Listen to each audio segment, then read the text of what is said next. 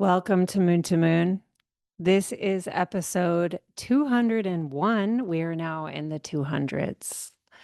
In the last episode, I celebrated Moon to Moon's 200. I sang, I reminisced, I vigorously spoke about some of the things that are most powerful for me right now. And I hope you'll have a listen. So, this is a really powerful episode you're about to hear now, episode 201. I am speaking with someone who I have collaborated quite a bit with in 2025. And this is another one of those episodes in my new series called Living Emergence. So, if you are new to Moon, I host series now and then. Some of them are long-term series, some of them are shorter series. This is a long-term series and it's inspired by my new community, Living Emergence, the community homeworld. It's coming soon, very soon now.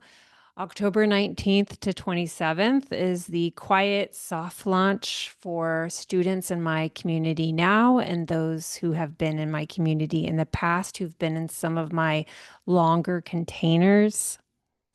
So that will create the body of Living Emergence. So Living Emergence has an elected chart, and Living Emergence will be a Libra rising, Libra sun, Libra moon with Venus in Libra.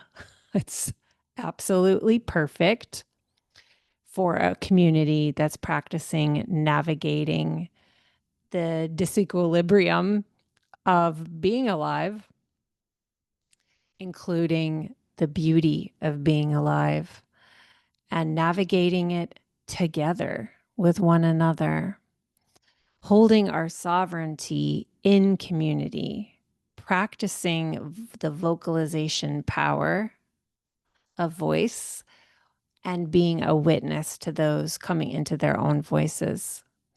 Then we open again in November for everybody to come in. Then it's November 4th, the grand opening, and we'll be open through November 20th.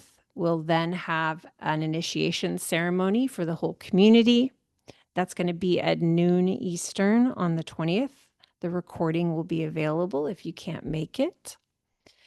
And then the doors will close for some time. I have no idea how long. I just know that I will then turn inward and we will focus on rooting and building the place out because I'm going to be building it out in phases.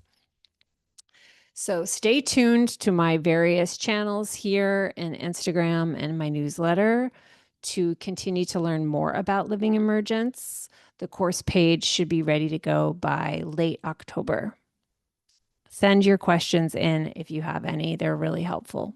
All right, let's turn to the conversation. Wow. I was on fire for hours after this conversation with Teagan West. So let me introduce you. Teagan West, she, they, is a ritualist, astrologer, artist, and ancestral lineage healing practitioner on Haudenosaunee land, home of the Seneca Nation. Her work exists at the intersection of ancestral reconnection, cultural repair, astrological storytelling, and community ritual. Teagan is passionate about recovering animist ways of relating to earth and sky as a vital form of decolonial remembrance, reweaving our collective cosmologies through communal vision. Teagan devotes much of her personal time to land tending, lineage stewardship, and animist ceremony, as well as creating ritual tools such as drums, rattles, and ceramic altar vessels. She offers astrological readings, mentorship, and guides ancestral lineage healing in both one-on-one and group spaces. Her Substack is home to weekly readings, teachings, and storytelling. So all the links will be provided to connect with Teagan in the show notes. So Teagan and I just for context, we connected through a longtime community member of mine that is a longtime friend of Teagan's, and that is Nicole Francisco, who many listening may know. And we were sort of like in each other's sphere a little bit in 2024. And then towards the end of 2024, I just knew that Teagan, I wanted Teagan to be one of the 13th readers for the Magician's Table last spring. And I mean, in an earlier year, I wouldn't have been able to trust such a an important role to someone that I didn't really know. Like, I just knew. So I asked Teagan, and Teagan said yes. And we had an amazing experience collaborating with one another and supporting and celebrating one another in 2025. And her drum that she made for me that I commissioned has been such an important tool and friend, really, in 2025. It's really enhanced and deepened my relationship to magic and music and my voice. So, without further ado, then I'm just going to bring you right in. If you want to have more experiences with the Living Emergence conversations, inviting you to check out the 4 prior and the many that are forthcoming. Thank you so much for listening. Thank you, Teagan, for joining me, and enjoy. Welcome back to Moon, Teagan. So good to see you. Thank you so much. So excited to be here, always. I appreciate you coming on short notice.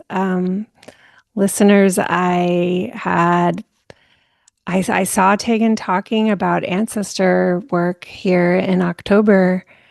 You shared that you hadn't done a live in a long time. I haven't done one in a really long time.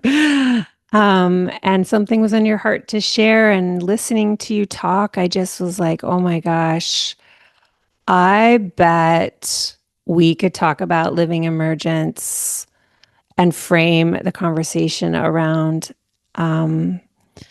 ancestral relating. And I don't know what like the ancestral, what do you use as like the noun Mhm.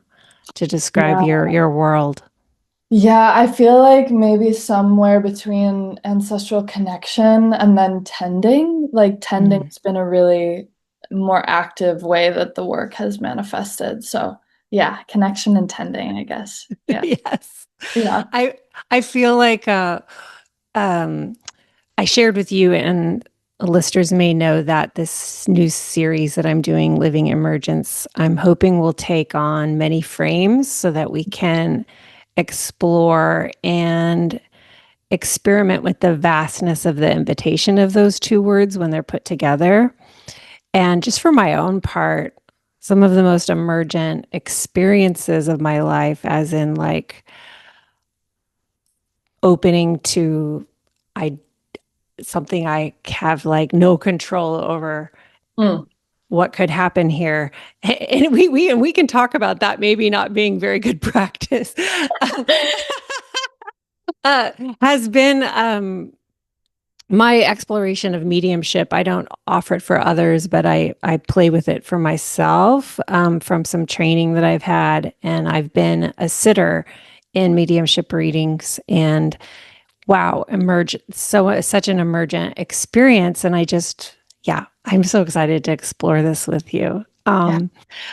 As a way in, I'm just curious at a high level, when you feel into the phrasing living emergence, Mm. what kinds of things come up for you around that? Hmm. Yeah, after you shared this invitation with me that night, I was driving home, and the moon was almost full and she was rising. And I've had a practice of lately, like really trying to identify the stars that are rising each night. Whew, and I had this like huge hit over the head of like, emergence is remembrance. It just came like that. It was emergence is remembrance. Oh, and I like felt the way the moon and the stars were just making their underworld journey and rising at the east that day and well that night. And I was feeling the way like everything's a circle weaving us in. And that the point of emergence is where we kind of like we start perhaps that circle, right? It's the beginning of a larger movement, but it doesn't come out of nothing, right? It comes out of this like momentum and this circular force of like beginning again. And I was finding this difference in my body between emergence as like a static thing, like just like a match being struck in the dark, versus emergence as like a dynamic thing, as a process, as a cycle of returning or remembering ourselves. And so that's what was really emergent was like living emergence. That language is so alive. And it's for me, it feels like the participating in that circle, in that momentum, that doesn't come out of nothing. It comes out of some type of like returning or remembering ourselves. So that's and there's so much there as I continue to ponder it in relation to like ancestral work as part of that circle. But that's my like, yeah, my response. Oh my gosh, I've Yeah. had so many shivers. Oh my gosh, Mm. because um well, you know that I recently just revealed the logo for Living Emergent. It has a horizon in it. Whew. Um, and so just this week, I was sitting with Matt at sunset, and I was like, let's talk about the word horizon. What does horizon mean to you? This is true. And I looked up the etymology, and it means like boundary circle. It like the word circle is in the etymology, and it's speaking to like this. We're in a circle, but it looks like a line. You know, and like we just kept playing with the word horizon, just having so much fun. So I'm really blown away that you're saying these words because that's been filling my journal up. It's just meditations on what is the relationship between emergence and horizon. Oh my goodness. There's something like, whew, yes. We're in a circle, but it looks like a line. If that's not my experience of lineage, right? Like Whoa. we're in a Oh, wow. Oh, yeah. Yeah. Yeah. Yeah. Okay. It looks like a line. Oh, I Mm. could just weep. Oh my goodness. Okay, Yeah. I really want to hear about you experiencing lineage as a circle. Oh, yeah. Wow, there's so much here. I'm like feeling that energy. There's a beautiful quilt maker and just human being named Zach Foster. And a while ago, they shared something about tradition and how tradition has a connotation, especially like when we think about it in a Capricornian way. There's this connotation of it living in the past and our ancestors existing at some frozen point in the past.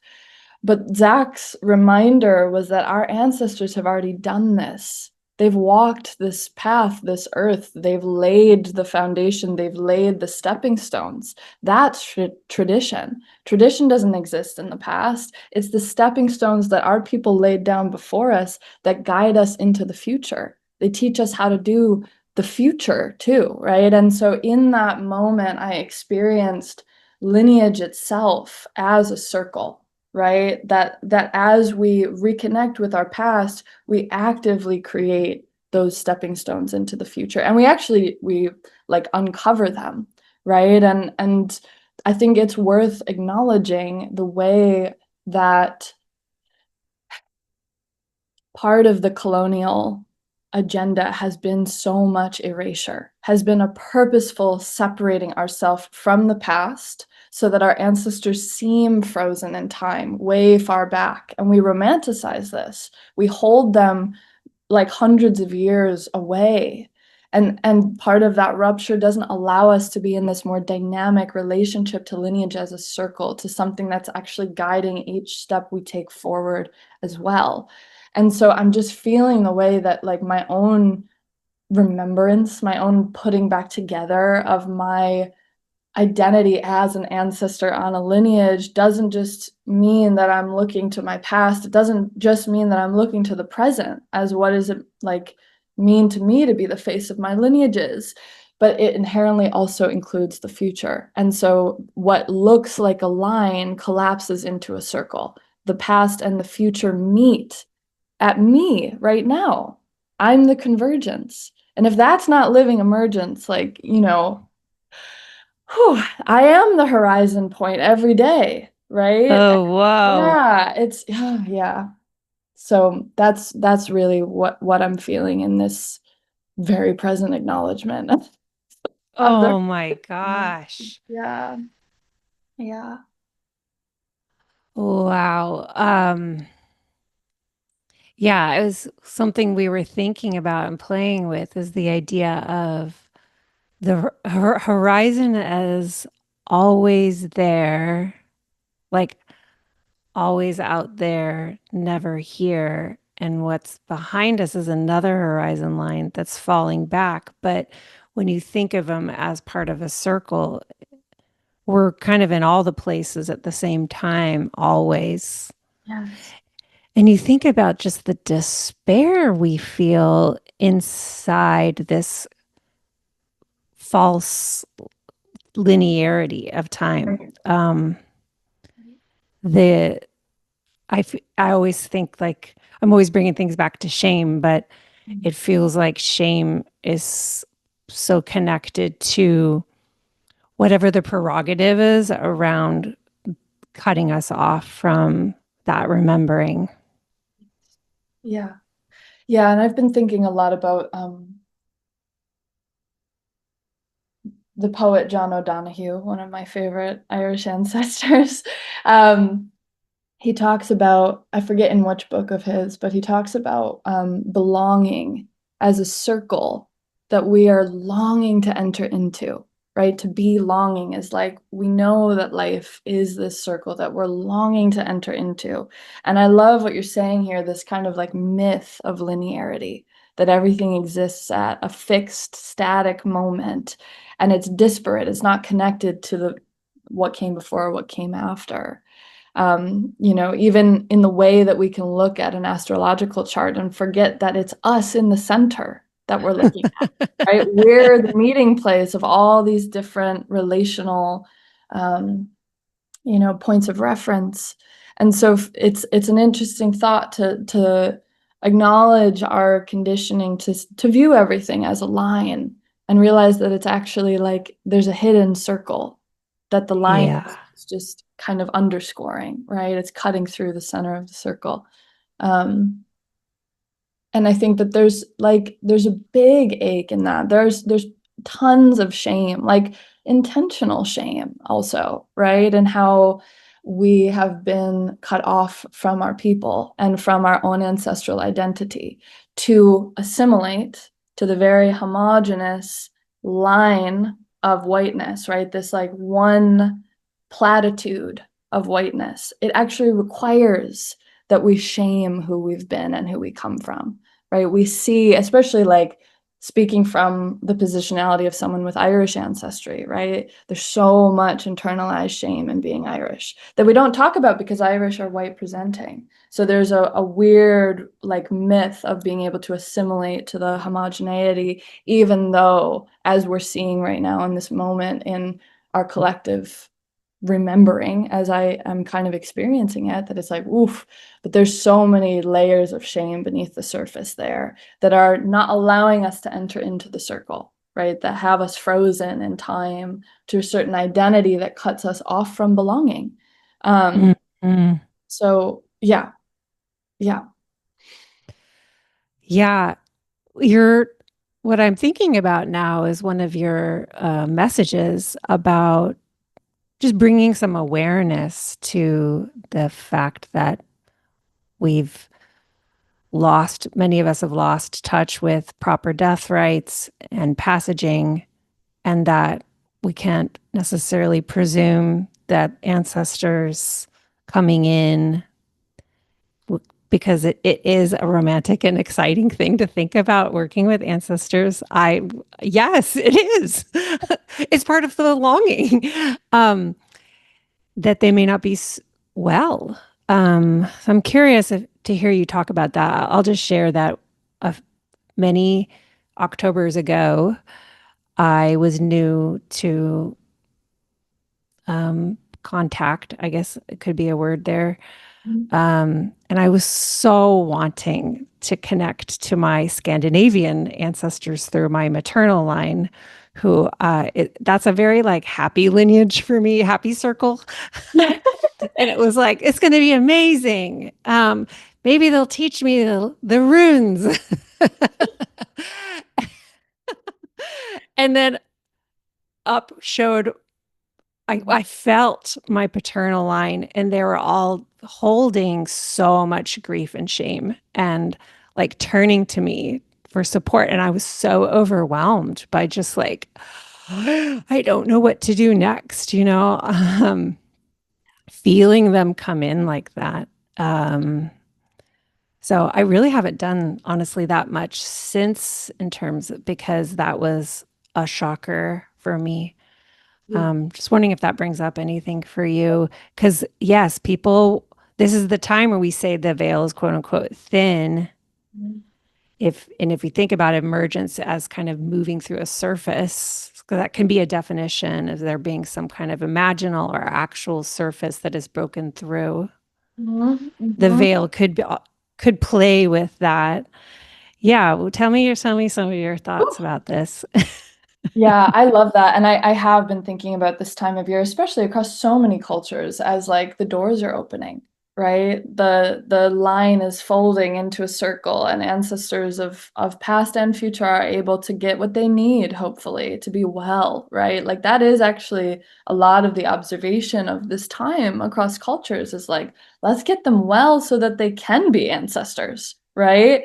But Mm. I think what I've been noticing too is like, ancestors and the awareness of this dimension of our birthright is very like hip right now. It's all over the internet. Like Yes. and it's exciting. And I have a lot of compassion for like, oh, this is the belonging that I always needed, right? Like we're remembering something that is birthright. We're remembering the intrinsic like reality of our belonging just by the fact that we even exist. Like you're born and so you're an ancestor. And with that is just like the birthright of belonging to something bigger than you. And I think a lot of us that are little spiritual orphans need that, right? Like especially in the West, it's true. And there is the romanticization that makes a lot of sense because I wasn't taught these ways growing up, right? I wasn't taught the reality that this is part of my life, that the ancestors are here with me and are trying to like participate in my future, right? And so I think that we can come to it with this like starry-eyed, like we almost like pedestal or idolize the ancestors in a way, right? Where they become like part of our spirit guides or part of our council. And yes, there are ancestors that are like really well and vibrant and venerated and that are probably pretty far upstream on our lineages. Like I was talking about, when we get to the place on any of our bloodlines where there was an intactness between our people and their lands, because the land creates culture, the land created their ritual observations and their cosmologies. And so the death rites that helped the beloved dead cross over and like be well and vibrant, that was all a part of land connectedness, right? And so it's often, I find, the moment on anyone's lineage where there was a rupture in that connection to the earth, usually at the hands of some type of colonization, some form of colonization, be it war or religious indoctrination, whatever shape the beast took.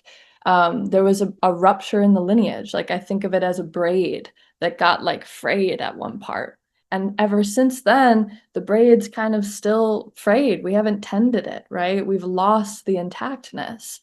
And thus, we've lost the map for our beloved dead to join those elder vibrant ones, right? And so, all of this kind of spiral way to return to the reality that when we invite any ancestor into our space, yes, we might be inviting the really well venerated ones. Hopefully, I hope that. And I also know through like, it's been about 5 years now of like holding ancestral lineage healing work, we're more often inviting any of the dead, especially the unsettled dead, especially the ones that did not get proper death rites to cross over fully. And so they're a little closer to Earth, right? They're stuck in between the worlds. They're stuck in that space where we might consider them to be a bit ghosty. And unfortunately, our body, our bones and DNA is familiar territory to them. This is the ancestor, your body, right? Mm. And so it's kind of sometimes I've found it to be like a moth to a flame, where we invite any of the beloved dead into our space, and the ones that are lost in the sauce and not really well and disoriented are like, oh, someone's calling, like my kin are like inviting me home. And unfortunately, it's like we want them to go to the other shoreline. We want the older venerated ancestors to be the ones singing them home, as the Irish say, right? But when we, Earthside, are like, yeah, come up in my space, like I want to connect with you. And we've got these like kind of disoriented, ghosty ones that haven't gotten, their sense of vitality fully restored. They come up in our space and they're like, can you feed me? Your body's familiar, right? And so I I shared this like word of caution because as the veil thins, as the proximity between the earthly and the ancestral worlds becomes like closer and closer, we want those ones that are maybe still stuck in between to go that way. We don't want them to come this way, right? And to go that way, they need particular types of ritual tending that no matter where you come from on this earth, your people had a way to do that. They had a way to help them cross over. And it's unique to the land, what the land taught them about that transition. But I also will say in the same breath, this is a perfect time to start figuring that out, right? Like this time of year is where we can actually say like, okay, maybe we don't invite all of the hungry ghosts into our space, but maybe we make an altar and we tend it daily until Samhain, right? We tend it through this threshold so that those that need vitality to make that journey and join the older council can feed and get strong and hopefully do so. Maybe we sing our ancestral songs and we cook ancestral foods and we put it on the altar so that they can get where they need to go. Yeah.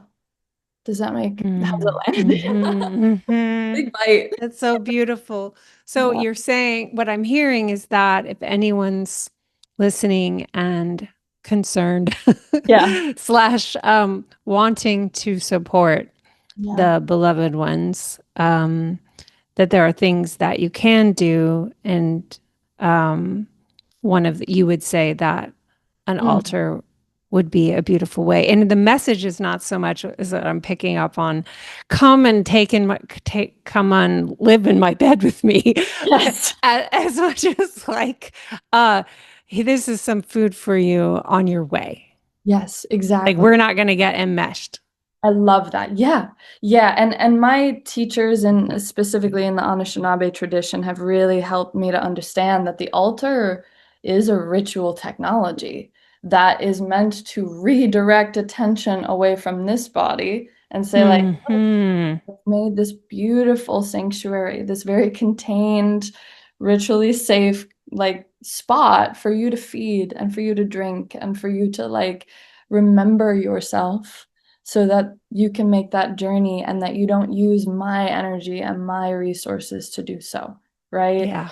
And it's not, it's not to scare, but it is like it's a real thing. A lot of the people I work with have significant like spirit interference. That's why they come and say, like, I need help. I feel the ancestors in my space.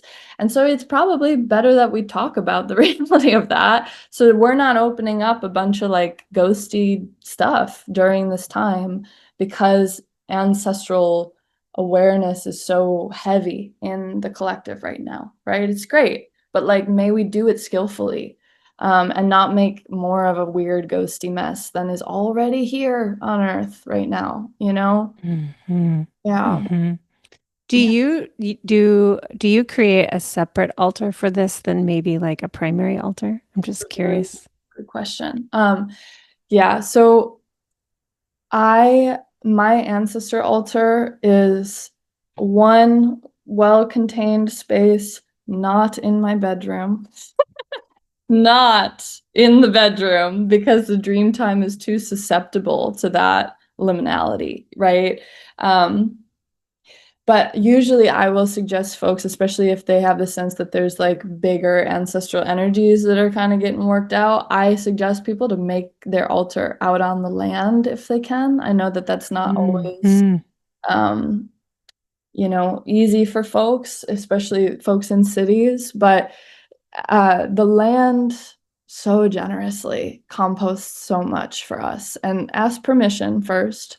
But my ancestor altar is in like a covered space underneath my porch where it's protected from the elements.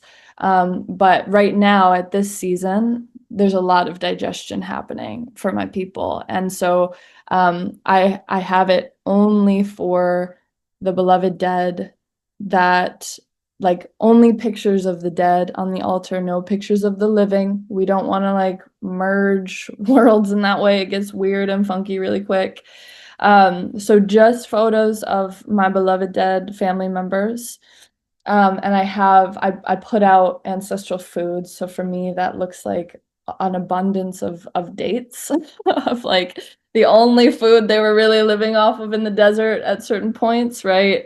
Dates and water, making sure that I'm tending it, right? Like one big recommendation I have is if folks are inspired to create an ancestor altar, make sure you can tend it because the less ideal thing is you make an ancestor altar and then it stagnates. And then you've got this like weird, dense thing where the spirits are maybe contained, but they're not really moving, right? So Hmm. lighting the candle, playing ancestral music off of, the internet. You don't have to know your songs and your language, but all of that, the food, the music, the language, all of that is its own type of ritual technology. It's what our people were born of, and it's what the land gave to them, right? It's like the land shaped our culture, no matter where we come from. And so don't underestimate the power of like playing an ancestral song over your altar and allowing it to sing them home, right? Holding the intent that it's helping them find their way to the older ones. Um, but I do recommend to if you can't put it outside, like it's kind of nice to put it in your kitchen or near food where you're cooking because there's naturally so much elemental energy moving in that space. Mm-hmm. And you can naturally make a spirit plate and just share some food with your people as you're cooking. Um, just don't eat the food off of your altar after you've put it out there. Like offer it to the earth and let the other than human kin take care of it. Yeah, those are some ritual recommendations for sure. Yeah, I'm loving this picture of like metabolization yeah, that you're painting here. yeah, yeah, because I think that, like I was speaking to earlier, the moment we kind of strayed from those death rites and like ritual observances that were helping the beloved dead cross over. Um, I'll say it this way. Who we were during our life on Earth is a very like dense identity. The pain Yes. we experienced, the shame that we carried in our bodies, the trauma, like there's a density to our identity when we're Earthside, right?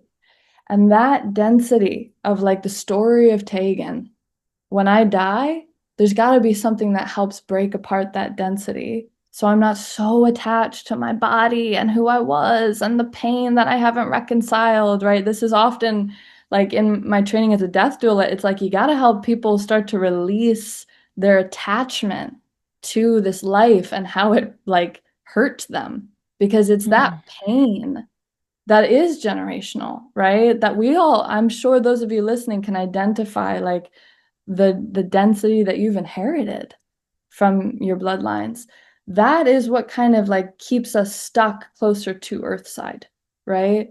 And so part of the ritual observance to help folks cross over after that moment of death is to help them let go of the story, right? Like in the Anishinaabe tradition, we do not say the name of a dead person for at least a year after they die. We don't say their name out loud so they don't get confused and hear us talking about them and try to come back here, right? Wow. We say like, no, let go that way. There's you're gonna be like better off joining that elder council. And I have, compassion for people who lose someone really suddenly.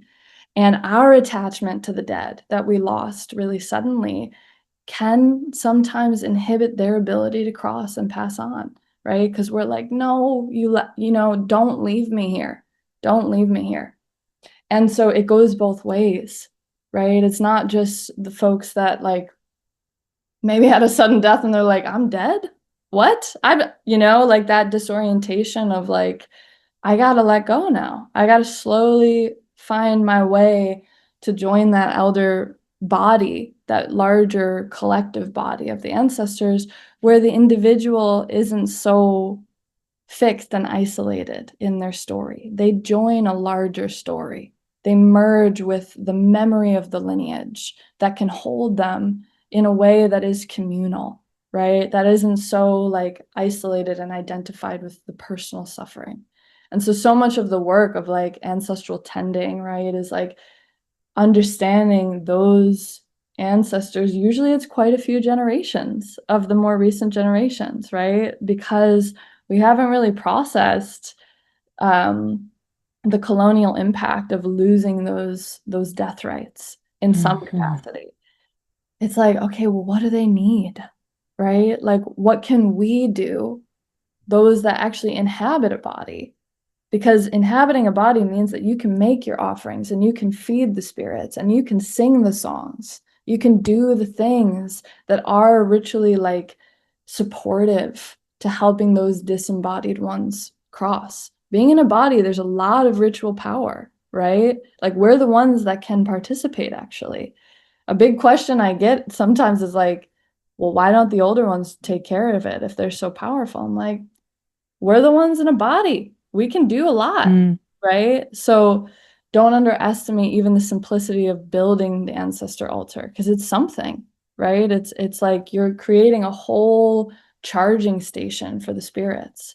So yeah, that metabolization is really like helping them to let go, right? And metabolize the pain so that they can join that larger like communal belonging. They can enter the circle, right, of our Mm. people and who we come from. Yeah. Mm. Mm. Yeah. I'm sure listeners may be feeling into their own stories. Yeah. So all the deaths of my um, current body timeline have been sudden, Mm. many. Mm-hmm. Hmm. Wow. I'm really feeling into like compassion for that experience. Yeah. Yeah. Yeah. When you speak with your ancestors, I know you do regularly. Do you do you mean the ones that are into the collective circle Mm. or their communal circle? Yeah, it's such a lovely question because that's where things get quite magical, actually. Like I will say this much for all of the more like heavy duty things that I just shared about, then there's like the beauty and the magic and like, wow, the like once we get the unsettled dead settled, right? Yes. Then we're partying, right? Then it's like, though, I mean, I just spoke with a friend of mine who's been doing ancestor work with me for a few months, and he's like, I just did not expect this. Like they're telling me what to do. They just found me land. I'm starting a family. You know, they're like participating in his life. And I'm like, I believe it. That's how I got this land, you know, is like they want us to be well. They bring things into our sphere that like help the lineage leave a strong legacy, right? And so when I speak with my people, I will say one of the more magical things I've learned that can be a bit confusing at first, right? Because like when I first started connecting with my ancestors, I expected humans. I was like, all right, where's my great great great grandmother? Let's talk, you know? And I kept meeting this raven, and I'm like, you can't be an ancestor, right? Like, what is this? And something that she shared with me eventually, like many years after grappling with, like, I'm still confused by you taking a non-human form. And she said, we become what we love. Oh. We become what we were in relationship with, right? Mm.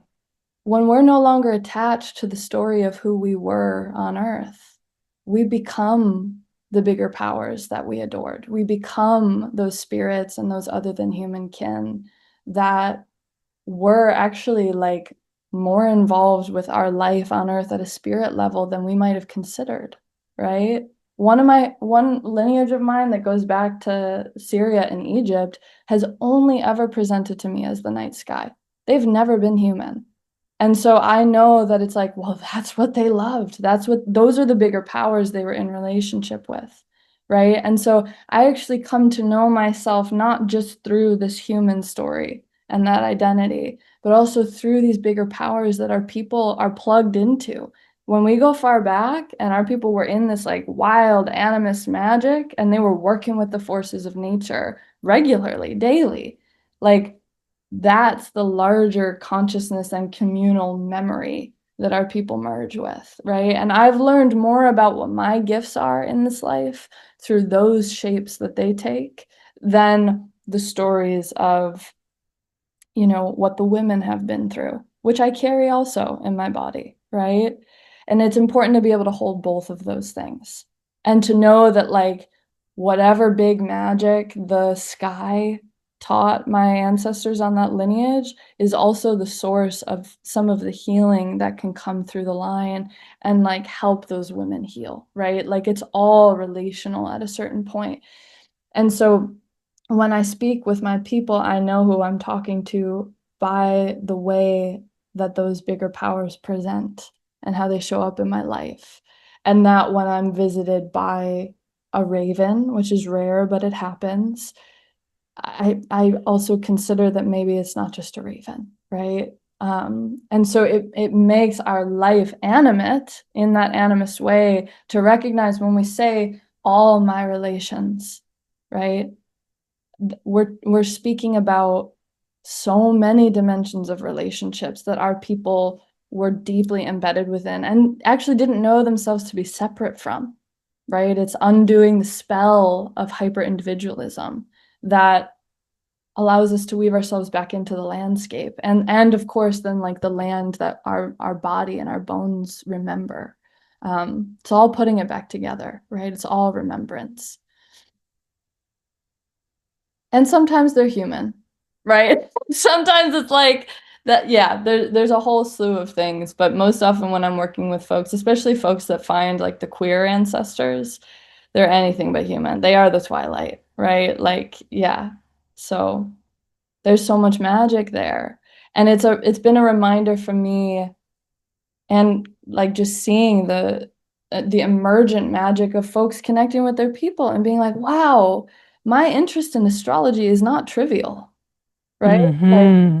these relationships are part of why I carry the gifts that I carry. And they are usually also the antidote to the burdens that I carry from that same bloodline, right? Like they belong to each other. And for me to recover the magic and embody the blessings is a direct antidote to like some of the burdens that are also coming downstream, right? Yeah. This is so beautiful because I think a lot of times there's such that there can be despair when it feels like people aren't paying attention to uh, the wound or the violence or to the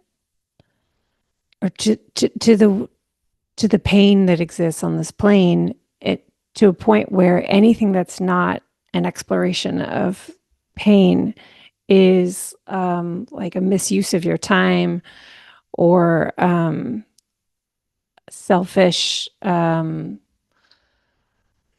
kind of self-focused detachment from the web. Right.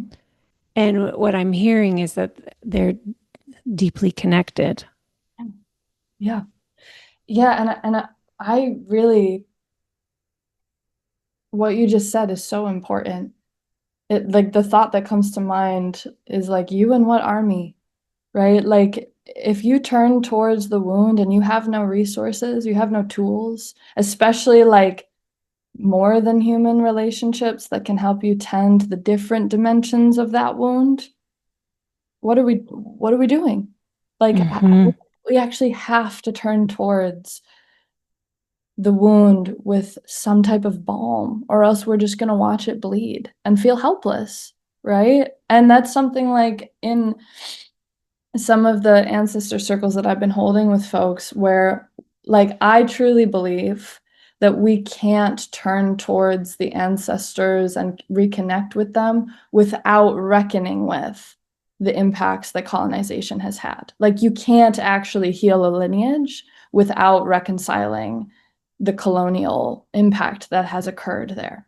It's just not complete, right? Which is some of my criticism of like, we can romanticize the ancestors all day long, but we're not actually doing anything. We're not bringing that repair that is very possible without acknowledging the origin of the wound, right? The first time Mm-hmm. that dagger dug itself into the bloodline. Like we have to know what that was because it's still bleeding. And when I look at the world right now, I see a bunch of untended ancestral legacies that are still Mm-hmm. bleeding. And we're it's so violent, right? Like we're at a point where they have culminated. And for me, there's very real practical ways of like on the ground tending. And I also believe that we can't get where we need to go as a collective without bringing the ancestors into the picture. Like that's just my personal purview from how I've seen this work impact people's sense of identity, recovery, and belonging, and understanding your medicine. Because your medicine is ancestral, it comes from your people, it does not come out of a void. And everybody has different medicine. But if we don't know what that is because someone has erased our past, right? Then like we it's going to take a while to find the tools and the balm to actually tend those wounds, right? And so when we're doing this ancestor work in like group space, before we turn towards the impact of colonization, we spend time learning about the gifts of our people, knowing that the gifts were likely born out of their burdens, right? Mm-hmm. It, they go hand in hand, right? I know that some of the resilience and the fortitude of my grandfather lines were born out of them staying in Ireland during the Great Hunger. Their resourcefulness and their ability to look out for their community, their reminder to me every day that during the Great Hunger, they still gathered and sang. They still spent time with each other. We can't do this without that too, right? Like there's no resource without the heart and that connection to the balm. And so being able to hold the blessings and the burdens of our lineages not as a curse, not as, you know, someone else's fault or problem. There's a lot to be upset about. when we look at the impacts that empire has had on the world. There's so much to be upset about. But if we sit there too long, we actually allow the burdens to calcify. We allow them to become part of our identity and we don't move it, right? A Maori teacher of mine many years ago said that the biggest healing technology is forgiveness because it doesn't mean that what happened was okay, but it sets the future generations free from repeating the story. It allows them to create a new story. And what I see sometimes in folks that I work with that are so attached to the wound, they're so attached to the burdens, is they're bound up too tight in it to let the story change. Mm-hmm. And I feel that if we're not connected to the wellness and the blessings that are further upstream, what we might consider to be like the pre-colonial ancestors, we actually don't know the different patterning. We don't know how to repattern the future generations, right? And so it's all a circle and we have to complete the circuit, right? Yeah. Yeah, it takes us back to the beginning. Yeah. You know what I think what is miraculous that I've found, I mentioned the runes earlier. I was lucky to study with someone named Laura Valeda Vesta. I don't know if you Mm. ever have heard of her. She taught this rune gnosis group where you just don't even worry about what priests said the runes meant, just channel. Um, and it was shocking what people would come to space with that they had received. And from that early experience, this was like early in my intuitive craft work. Um, I learned to trust that I don't need to feel totally lost or totally disempowered or totally just broken with the grief of the wreckage, of the lineage. That there's a way to connect and reweave it, and just trust that we're being guided. Um, the Mm. Jupiterian part of me is like always looking for the hope strand, Oh yeah. right? Oh my God. There's so much of it. Yeah. There's so much. Yeah. It's miraculous the way we're all coming into these knowings right now. Like, as horrific as it is in so many ways to be walking a 2025 timeline, it's also like fucking magical miracles right and left. Yep. And it's really speaking to your point, is like what must come through us in this moment. Like, who knew we could do it, It's very Yeah. moving. Yeah. Yeah. A teacher of mine who I highly recommend for folks with Irish ancestry, Jimmy Billings, has a course on decolonization in Ireland. And he talks about the difference between resistance, which is a culture's or a community's response to oppression, is like to push back against oppression, right? That's resistance. Yeah. But re-existence is no matter, regardless, in spite of oppression, in spite of the terrors, the like ability to say, I will not let go of my culture. I will not let go of my identity. And it's not in response to it, is actually, it exists outside of it, this re-existence. And that's what I see it happening right now. And that's why I'm like, I am so glad that ancestors are the hot topic. And let's like Let's look at all learn. the dimensions here, right? Because it's like I want re-existence for us.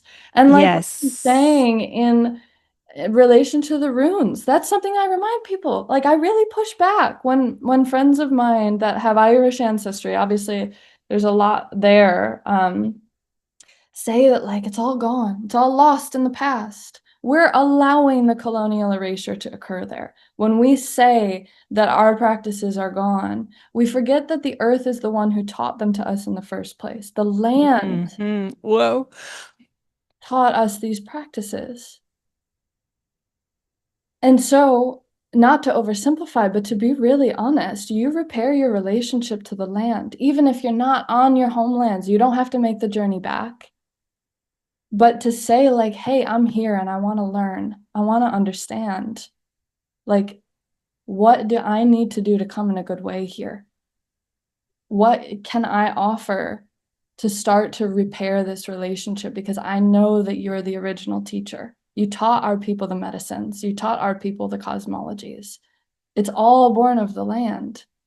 And so for folks that are like, we don't have it anymore, it's gone. I'm like, it's actually right under your feet. It's right here. But we don't know how to listen. And so rather than trying to like scratch around in the past for what's been lost, I actually think that the more emergent thing is to like spend time learning how to listen and to Mm. colonize our hyper individuality and our attachment to like materialism and to actually be in relationship with the more than human world.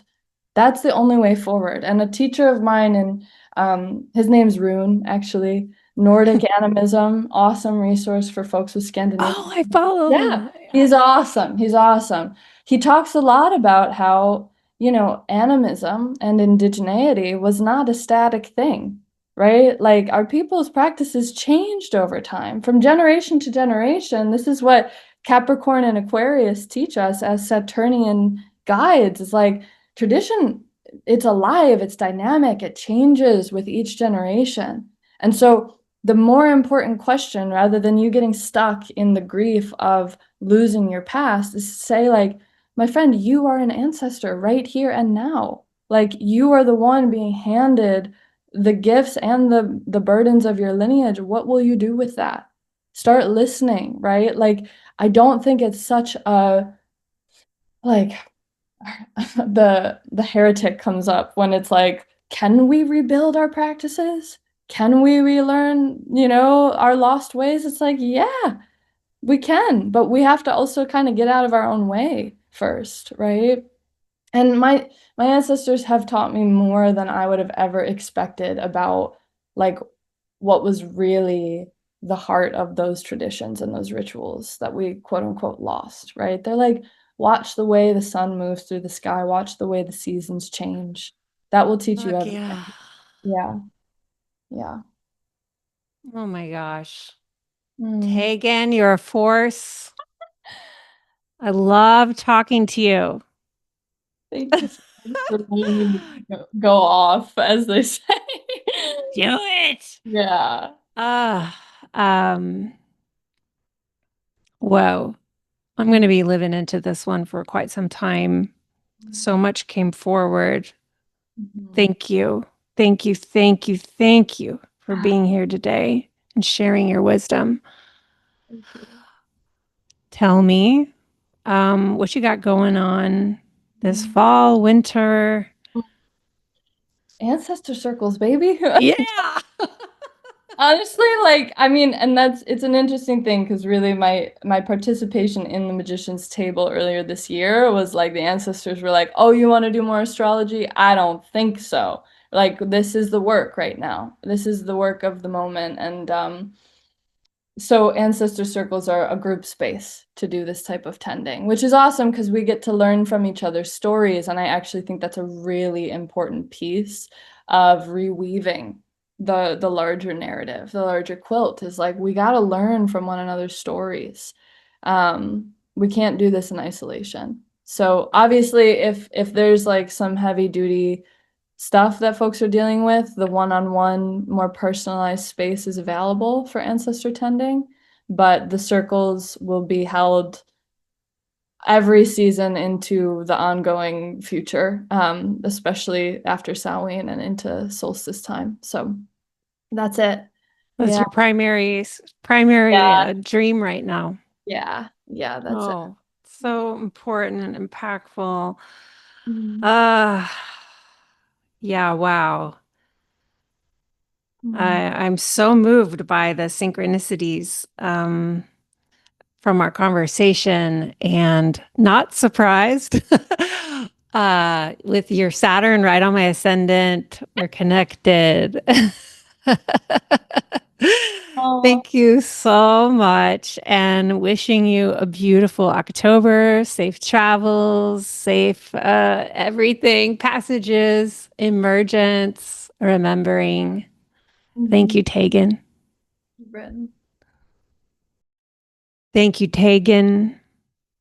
Thank you so much for bringing the full force of your presence and your wisdom. I felt so enchanted and expanded by that talk.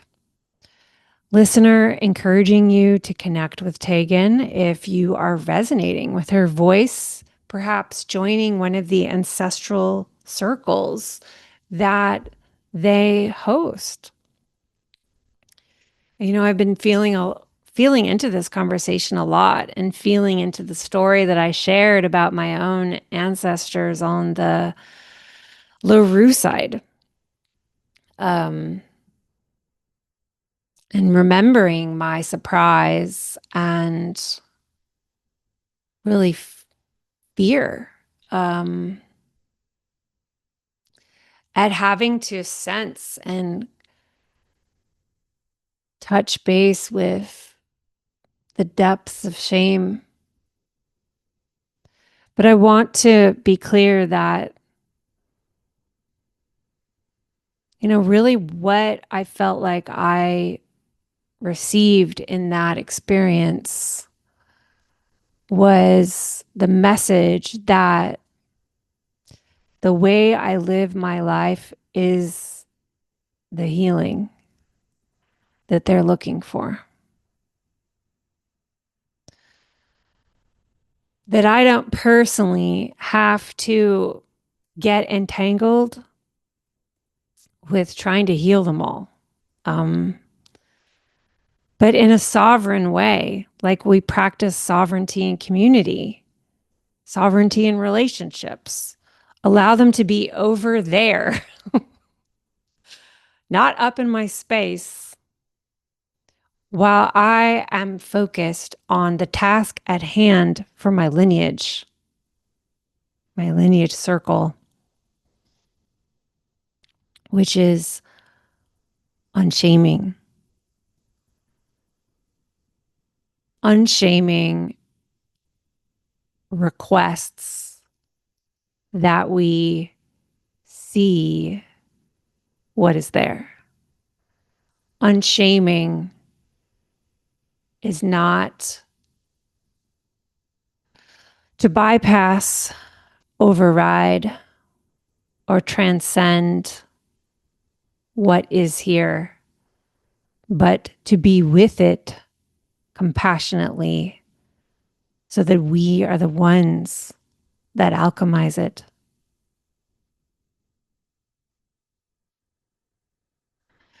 And so this is what I have been doing.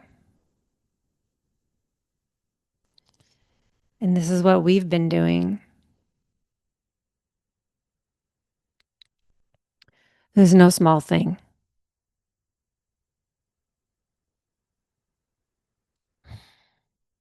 So, to any of y'all out there feeling the weight of it, the weight is part of what is here.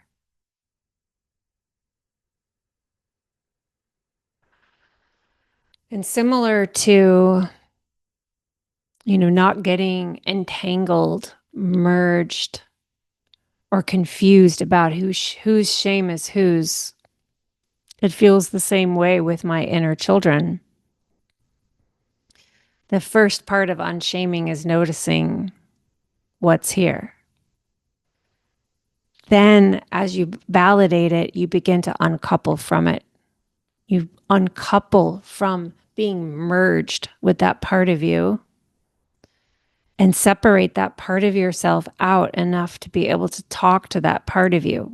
I teach this in Unshaming Your Chart, which is what we're doing live together as a community winter and spring. You don't have to do it all, but I offer it twice a year so that you have plenty of chances to participate. And it will be part of a monthly invitation in living emergence is just what to do when this stuff comes up. So in the uncoupling, you are able to stay inside of the you that's here in the present moment as the like larger you connected to your soul, who can see and validate the pain of that younger self and see and validate the legit reasons why they see the world that they do.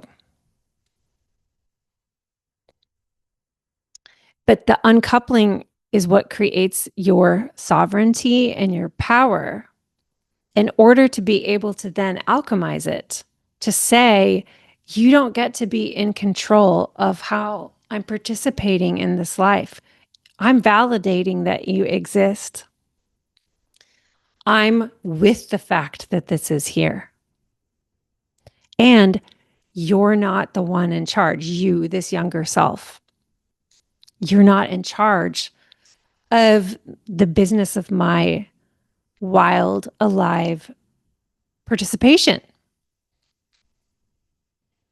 Who's in charge? You know, I'm in charge. Me, the larger me. The larger me connected to my soul that's guided by wild guides,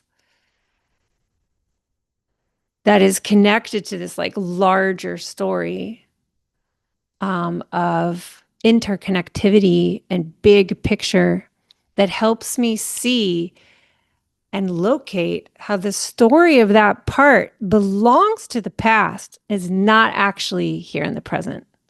In present time, what is actually true? And this is what we do, moon to moon, season to season, and how you find yourself beginning to walk a different pathway where you're on a new timeline, the timeline of the you that's showing up to the present moment, separating past from present, discerning and differentiating, staying with what is here. We can't really change things unless we're being honest about what's here, both personally, interpersonally, and collectively. So growing the capacity to be with what is here is really the beginning. And then we start to move through more like swaggery steps of building that skill out just from the practicing. So in living emergence, from the beginnings, the steps one of this through like to, you know, wow, I'm a fucking magical baddie. Like we're all the skill sets are available to you for practicing, amplified by the fact that we're all doing it together. I can't wait to see you there. If you are feeling called through the door, stay close to the promo to make sure you don't miss the doors. And let me know if you have questions about what's going on inside of Living Emergence. Thank you, thank you, thank you.